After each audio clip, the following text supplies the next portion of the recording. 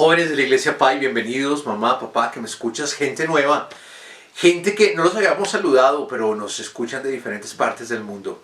Bienvenidos a todos ustedes desde Canadá, Europa, Estados Unidos, nos ven en Francia, saludos a todos, Dios los bendiga. Y quiero comenzar con una historia bellísima. John Newton era hijo de un capitán de buque mercante que navegaba en el Mediterráneo. Su mamá, una devota mujer cristiana, aquejada por una grave enfermedad que la consumía, pero no dudó en enseñar a su hijo desde muy temprana edad la palabra de Dios. Ella muere cuando el pequeño John tenía 7 años. Con solo 11 años se fue a la mar con su padre e hizo 6 viajes con él antes de que él se jubilara. John aprendió bien el oficio de marinero por unos 20 años, compartiendo su vida con amigos depravados, libertinos, nada agradables. John decide alistarse en la armada. Sin embargo, encontró que las condiciones a bordo eran intolerables y finalmente decide desertar. Pronto fue capturado por degradado a marinero raso por insubordinación. De esta manera llegó a Sierra Leona. Allí, John Newton se convirtió en capitán de su propia nave, en la que transportaba esclavos, transformándose en uno de los más temibles y despreciables traficantes. Cada año caía más bajo en las garras del pecado, y pronto llegó a tal estado que su propia tripulación lo despreciaba, lo odiaba. En una ocasión, regresando de un viaje mientras estaba tratando de dirigir el barco a través de una violenta tormenta, experimentó algo que más tarde llamaría su gran liberación. Escribió en su diario que cuando todo parecía perdido y el buque seguramente zozobraría, exclamó: «Señor, ten misericordia de nosotros». Después de pasar la tormenta, comenzó a creer que Dios, pues por su gracia, los había sacado de hundirse en el mar, y en su diario escribió: «Fui preservado, restaurado y perdonado por el poder del Evangelio». John Newton es el autor del famoso himno Sublime Gracia, que lo cantamos hasta nuestros días, o Amazing Grace. Los invito a que escuchen esta palabra que Ivo Dura nos trae en esta tarde.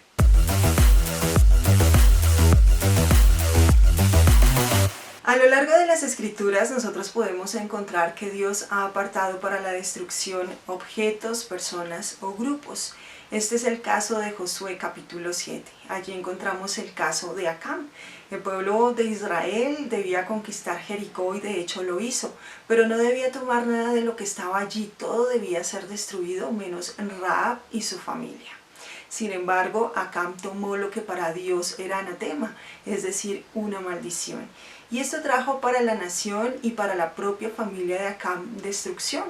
De hecho, podemos recordar que el lugar donde sucedió esto lo llamaron Acor, que quiere decir el valle de la turbación, dando a entender de esa manera el destino de los que toman lo que Dios ha declarado prohibido tomar.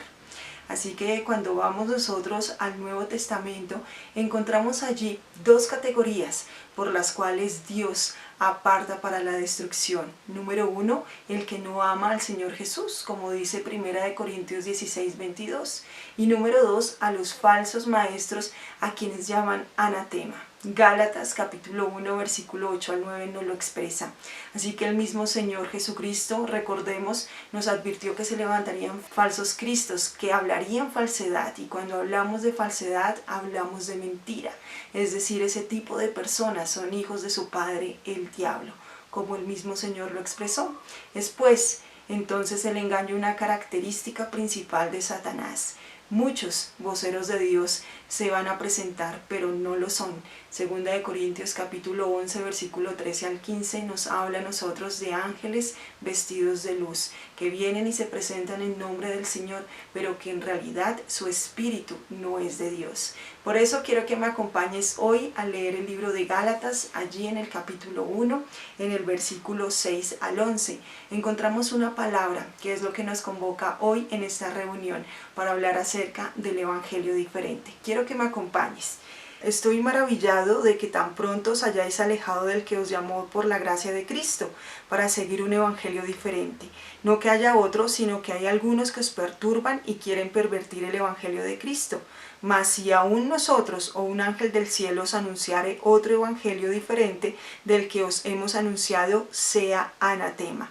Como antes hemos dicho, también ahora lo repito, si alguno os predica diferente evangelio, del que habéis recibido, sea anatema.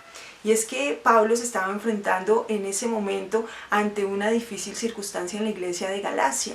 Y él se dio cuenta que estaban siendo confundidos los hermanos de esta congregación, como nosotros hoy hemos estado siendo confundidos muchas veces por el enemigo, a través de filosofías, pensamientos que van en contra de la palabra de Dios y del evangelio que se nos ha predicado. Así que lo que hace Pablo es comenzar a poner ciertos puntos específicos para aclarar el tema del evangelio, el evangelio que realmente tiene que ver con el Señor Jesucristo, no el evangelio diferente que estaban predicando ellos. Pero entonces, ¿qué es un evangelio diferente? Es la pregunta que nosotros nos podemos hacer hoy.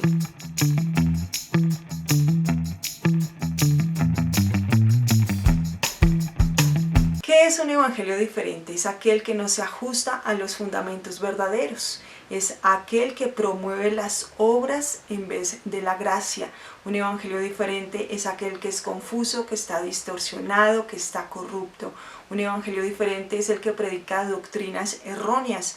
Un evangelio diferente habla acerca de personas que han terminado separadas de Dios precisamente por lo que han escuchado, pero también por lo que han predicado en distorsión a la palabra. Un evangelio diferente es el que, de la misma manera como aplica la ley a la gracia, entonces prefiere decir que todo vale. Un evangelio diferente es aquel que acepta filosofías humanas. Filosofías como el misticismo, que es la espiritualización errónea de lo material, es esa espiritualidad fantasiosa basada solamente en la mente, en los pensamientos. Está también el gnosticismo, que busca reinterpretar al Señor Jesucristo, y las personas que logran hacer esto son un grupo de personas muy iluminadas que pueden alcanzar ese conocimiento. Está también el agnosticismo, que es esa filosofía que hablaba que es imposible la unión de la materia o de la carne en este caso con el espíritu. La materia o la carne es tan sucia, tan impura, que no podía unirse a la pureza del espíritu. Por lo tanto, niegan la encarnación del Señor Jesucristo. Pero también está el ascetismo, personas que creen que la pobreza es humildad y que a través de esa pobreza extrema, el poder abstenerse de placeres, incluso de cosas necesarias para sobrevivir, consideran que de esa manera son más espirituales.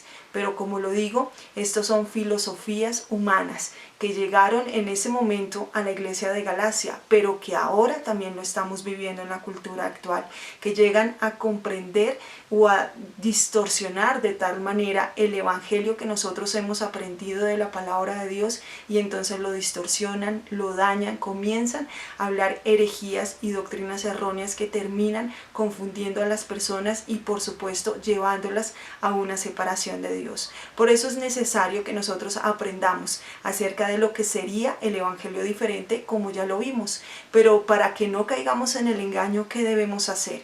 Pues aprender acerca de los fundamentos verdaderos del evangelio. Así que comencemos nosotros a mirar qué dice la palabra acerca del evangelio verdadero y cuáles son sus fundamentos.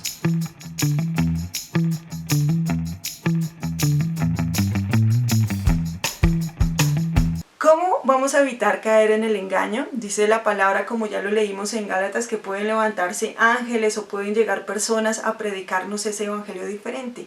Vamos a dejar de caer en el engaño o en el error conociendo la misma palabra de Dios. Así que quiero que me acompañes allí a la primera carta de Corintios, capítulo 15, versículo 1 al 4.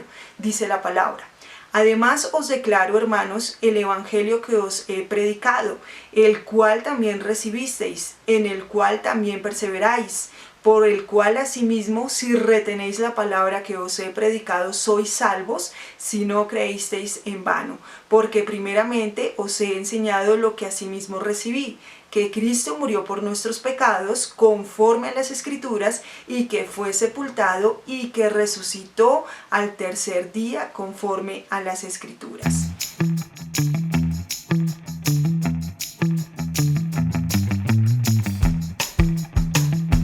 Fundamento número 1, Cristo vino en carne. Muchas filosofías niegan esto.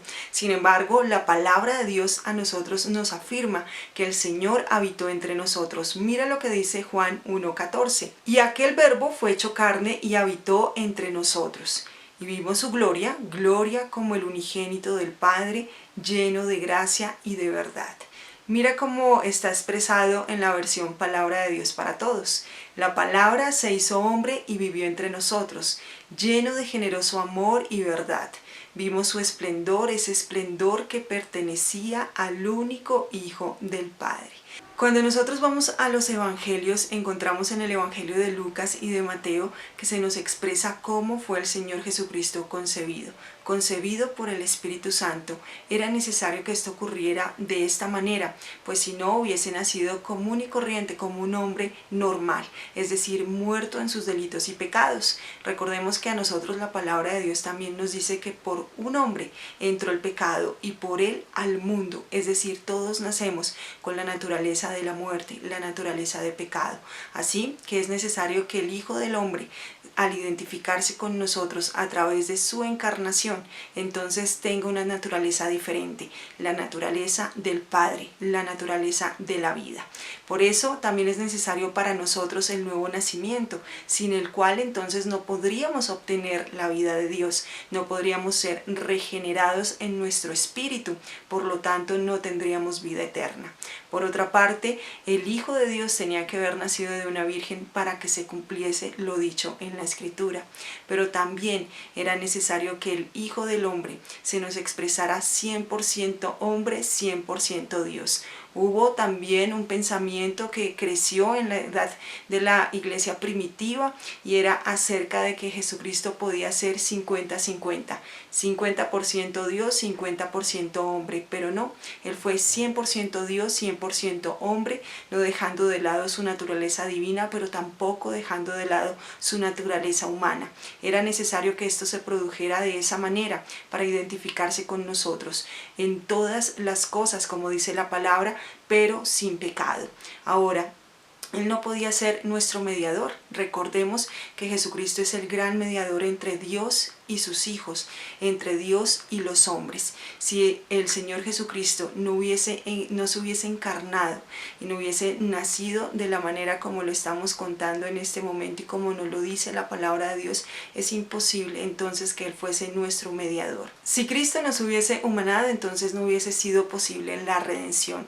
Esa era la única manera de ser sustituidos en la cruz, que Él viniera, el Hijo de Dios, se hiciera carne y entonces habitara entre nosotros, pero a la vez también llevara nuestro pecado en la cruz. Dice la palabra de Dios en 1 de Juan 1:7, porque muchos engañadores han salido por el mundo que no confiesan que Jesucristo ha venido en carne. Quien esto hace es engañador y el anticristo. Con esto nosotros podemos ver que aquel que niega la encarnación de Cristo tiene en él el espíritu del anticristo. No te dejes engañar, el Señor Jesucristo vino en carne, se identificó con nosotros y ahora nosotros podemos disfrutar de la naturaleza del Padre reconociéndolo como nuestro Señor y nuestro Salvador.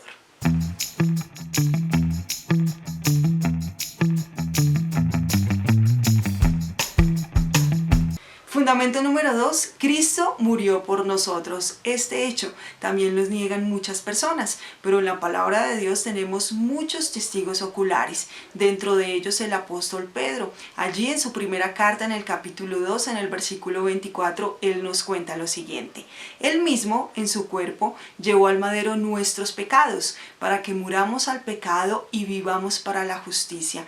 Por sus heridas ustedes han sido sanados. Ahora, si nosotros no creemos en la muerte del Señor Jesucristo, no estamos profesando el Evangelio de Cristo. Era necesario que Él viniera, se encarnara y pagara la pena por el pecado de toda la humanidad. Dice la palabra, el alma que pecare, esa alma morirá. Era necesario la muerte de Cristo para que a través de su muerte nosotros fuésemos libres del pecado. Como acabamos de leerlo, Él llevó al madero nuestros pecados.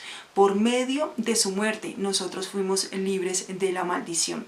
porque la palabra de Dios nos dice que Él se hizo maldición por todos nosotros, pues es maldito todo aquel que es colgado en un madero. A través de Él, quien fue uno sin pecado, pero llevando todos los pecados de nosotros sobre Él, se hizo por nosotros pecado. De esa manera nosotros somos hechos justicia de Dios en Él.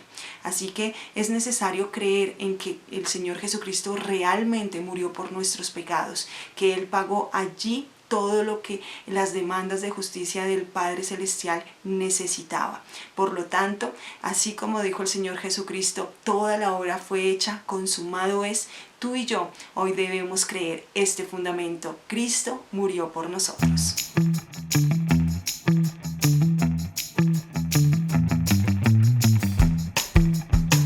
Fundamento número 3, Jesús fue sepultado. La palabra dice que entre estos dos hombres trasladaron el cuerpo de Jesús envuelto en una sábana hasta un sepulcro nuevo, en el cual aún no había sido puesto ninguno. Lo leemos en Juan capítulo 19, versículo 41. Cristo murió, nos dice la palabra. Su cuerpo entonces, después de su muerte, fue sepultado, permaneció en la tumba, pero su espíritu sufrió allí en el infierno, cuando pagó la pena que nos correspondía a todos nosotros los seres humanos. Y Cristo pudo de una manera muy adecuada, como ya lo vimos, pagar esa pena y satisfacer las demandas de justicia por las que se había identificado con el hombre. Así que la pena que él pagó no fue la suya, sino la del hombre con el cual se había hecho uno en la cruz. Su muerte y su sepultura nos revelan a nosotros varios hechos. Uno, el cuerpo de pecado allí en Cristo, el cuerpo de la muerte espiritual, y también vemos cómo el pecado allí fue destruido y nosotros fuimos liberados espiritualmente. Así que por medio de su sepultura nosotros podemos ver cómo se satisfizo la demanda de justicia de nuestro Señor. Pero también podemos ver allí cómo nuestra liberación se hace presente acerca del pecado.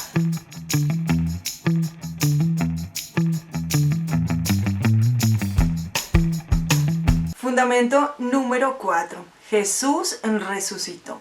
Dice la palabra en Lucas capítulo 24, versículo 3 al 29. Y cuando entraron, no hallaron el cuerpo del Señor Jesús. Y aconteció que estando ellas perplejas por esto, de pronto se pusieron junto a ellas dos varones en vestiduras resplandecientes. Y estando ellas aterrorizadas e inclinadas su rostro en tierra, ellos le dijeron: ¿por qué buscáis entre los muertos al que vive? No está aquí, sino que ha resucitado. Qué hermoso momento el que estaba sucediendo allí, que nos expresa el Evangelio de Lucas en el capítulo 24. Imaginémonos por un momento esta escena. Estas dos mujeres queriendo ir a terminar de preparar el cuerpo de su maestro y encontrarse con que el cuerpo no estaba. Muchas cosas pasaron por allí. Se habían robado el cuerpo, lo habían desaparecido. ¿Qué habría pasado con el cuerpo de su maestro? Jamás se hubiesen podido imaginar o recordar incluso las palabras del Señor Jesucristo acerca de esa comparación que él mismo se hizo con Jonás, que era necesario que el Hijo del Hombre estuviese en el centro de la tierra durante 3 días, como lo hizo Jonás en la ballena o en el gran pez. Pero ellas, lejos de imaginarse la resurrección, allí entonces aparece la excelente noticia de que no está allí porque ha resucitado. Y esto lo que nos habla a nosotros es la evidencia del poder de Dios en su Hijo. Es la evidencia de que Dios realmente cumple su palabra. Es la evidencia de la victoria sobre el enemigo, sobre el Hades y sobre la muerte. Dice Hechos capítulo 2 versículo 14, para destruir por la muerte al que tenía el imperio de la muerte, es a saber, el diablo. El enemigo fue vencido en ese lugar, la muerte fue vencida en ese lugar. Por lo tanto, el Señor Jesucristo tiene el dominio sobre la muerte, sobre el Hades, sobre el enemigo. La muerte no pudo retenerlo. Luego vemos también en la resurrección que se declara al Hijo de Dios con poder. La resurrección de nuestro amado Señor Jesucristo nos prueba a nosotros que el Evangelio es verdadero. El hecho de que Jesús viva hoy significa que Él es poderoso para salvarnos hoy también. Y este fue el argumento que el apóstol Pablo allí en 1 Corintios capítulo 15, que ya lo leímos, expresó a todas las personas que lo estaban escuchando. Dice la palabra: y si Cristo no ha resucitado, vana es entonces nuestra predicación y vana también la fe de ustedes. Y si Cristo no ha resucitado, la fe de ustedes es falsa, todavía están en sus pecados. Entonces también los que han dormido en Cristo están perdidos. Si hemos esperado en Cristo para que esta vida solamente seamos, de todos los hombres los más dignos de lástima somos nosotros. Solo el Cristo resucitado puede decirnos a nosotros de igual manera las palabras que se encuentran en Apocalipsis capítulo 1 versículo 17 y 18. Cuando le vi, caí como muerto a sus pies, y él puso su diestra sobre mí, diciéndome: no temas, yo soy el primero y el último, y el que vivo y estuve muerto, mas he aquí que vivo por los siglos de los siglos. Amén. Y tengo las llaves de la muerte y del Hades. Solo el Señor Jesucristo, con todo el esplendor de su gloria y el gran poder del Espíritu Santo viviendo en él, pudo lograr vencer la muerte, el enemigo y el Hades. Qué bueno que nosotros tengamos a Cristo en nuestro corazón, porque de igual manera entonces nosotros somos vencedores sobre el enemigo, sobre la muerte y sobre el Hades.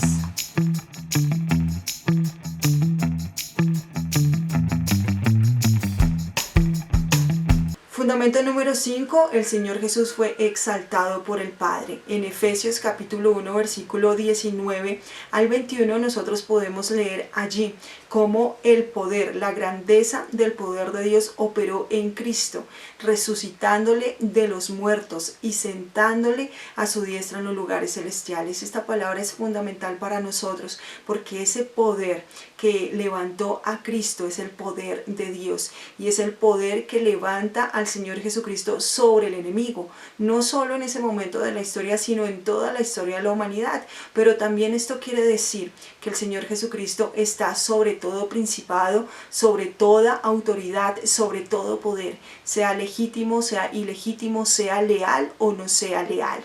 El Señor sometió todo bajo sus pies, es la cabeza de todas las cosas. Por eso leemos allí en Filipenses capítulo 2 versículo 9: por lo cual Dios también le exaltó hasta lo sumo y le dio un nombre que es sobre todo nombre. Es decir, que a través del nombre de Jesucristo, nosotros en el momento de orar, en el momento de enfrentar la circunstancia, lo podemos nombrar, y de esa manera obtendremos aquello que hemos pedido a través de la oración. Es un nombre sobre todo nombre, sobre las circunstancias, sobre el enemigo, sobre la dificultad. Pero hay algo también muy importante para ti y para mí.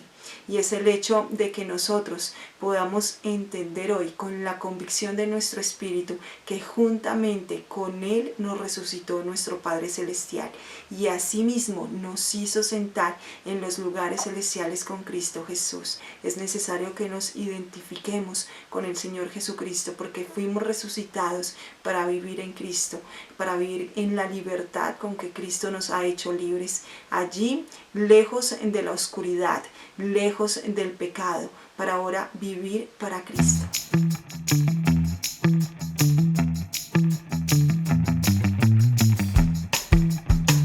Podemos concluir diciendo que el Evangelio es poder de Dios. El Evangelio es la palabra revelada de Dios para nosotros.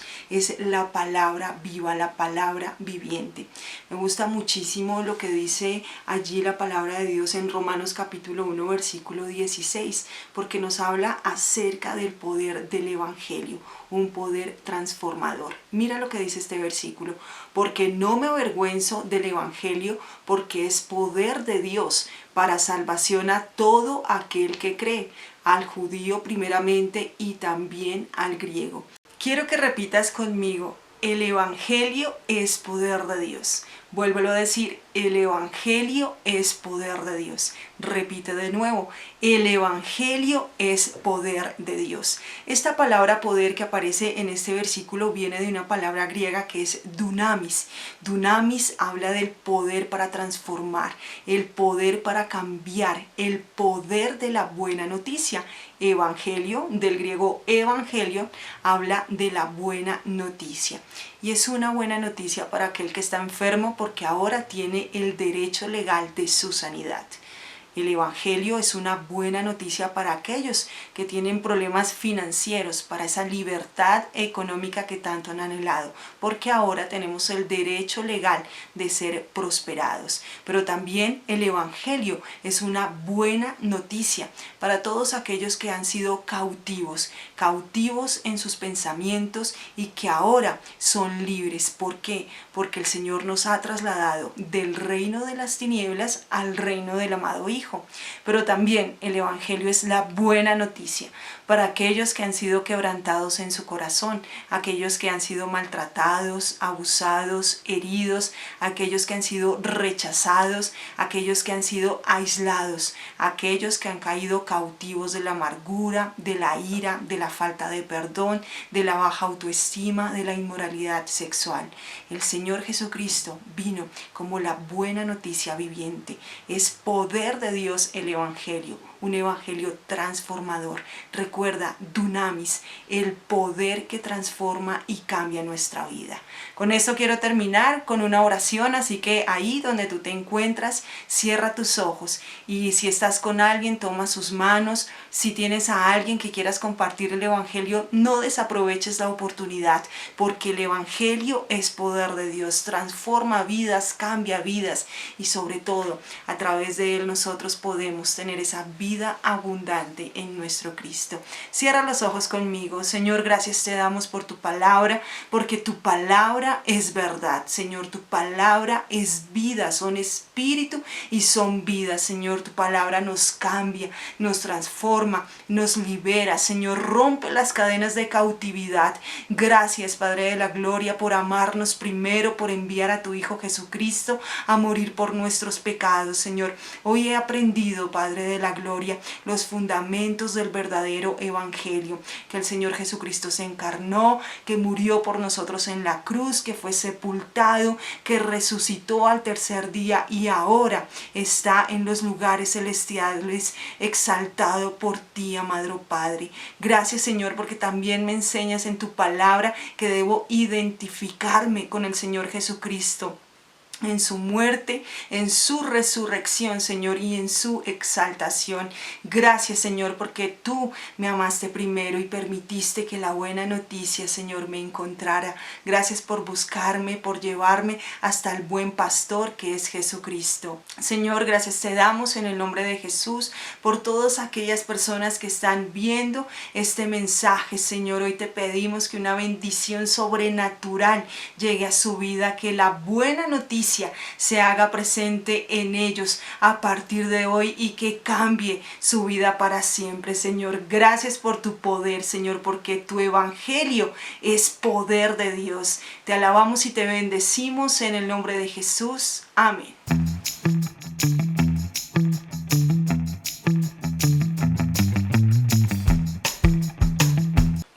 Ivonne Mora, muchas gracias. Hoy usted aprendió la buena noticia. Aprendió el fundamento del Evangelio, que es un arma que lo lleva a defenderse, a atacar a toda fuerza de las tinieblas. Sin embargo, las armas tenemos que usarlas. Y el Señor nos lleva a una palabra bellísima que es para usted, es una promesa para todos los que nos están viendo en esta tarde. Y vamos a orar basado en este versículo. Hechos capítulo 13, versículo 47. Lo voy a leer en la Nueva Traducción Viviente.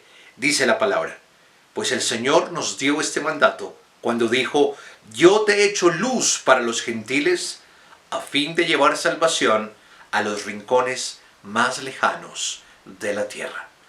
Repite conmigo: iré a los rincones más lejanos de la tierra, llevando el Evangelio, la buena noticia de salvación.